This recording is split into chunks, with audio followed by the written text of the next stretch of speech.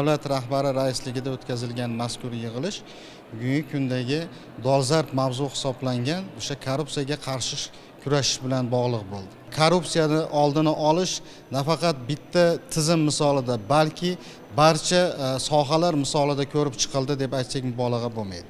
Aytib o'tish joizki, demak o'sha video selektorda barcha O'zbekistondagi ijtimoiy iqtisodiy tizimda faoliyat olib borayotgan barcha sohalarga to'xtaldi desak ham mubolag'a bo'lmaydi. Sabab qolaversa, davlatimiz rahbari tomonidan demak mazkur sohada jamoatchilik nazoratini kuchaytirishga alohida e'tibor qaratib o'tdilar.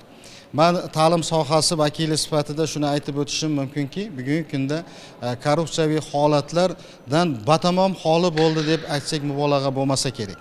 Sabab bunga misol tariqasida aytishimiz mumkinda. Bugungi kunda oliy ta'limga talabalarni, abituriyentlarni o'qishga qabul qilishdan tortib, uni to o'qishda bitirib ketgungacha bo'lgan jarayonlar raqamlashtirish bilan bog'landida.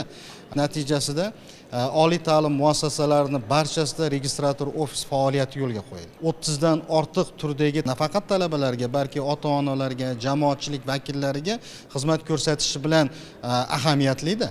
Talabalarni o'qishga qabul qilinishidan to bitirgungacha bo'lgan jarayonda Xeymis axborot tizimi faoliyati yo'lga qo'yilgan. Xeymis axborot tizimi demak talabani o'qishga qabul qilgandan boshlab talabaga taalluqli bo'lgan shaxsiy me'yoriy hujjatlar Xeymis axborot tizimida aks etadi va bu jarayon to bitirgungacha amalga oshiriladi raqamlashtirish nuqtai nazaridan.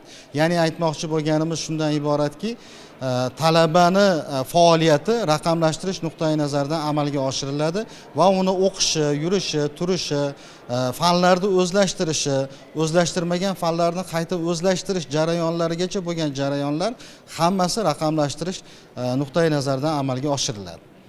Mazkur yig'ilishda men yana bir narsaga e'tiborni qaratdim-da, ochiqlik bo'yicha xalqaro reytinglardagi mamlakatimiz o'rni 138 pog'onaga yaxshilanganlar va shu bilan birga ayni paytdagi holatimiz Markaziy Osiyoda birinchi o'ringa chiqqanligi, demak bu o'z-o'zidan O'zbekiston Respublikamizda, mamlakatimizda korrupsiyaga qarshi kurashish choralarini o'zini natijasini berayotganligidan dalolat beradi. Bugungi kunda demak bu bilan to'xtab qolmasligimiz va bu o'z navbatida o'sha video selektordagi tanqidlardan, tahlillardan ham ko'rinib turibdiki, demak korrupsiyaga qarshi kurashish choralarini yanada kuchaytirish va bu borada qilinadigan ishlarimizni sarhisobini qilib davomli rejalar asosida amalga oshirishimiz ta'kidlab o'tildi.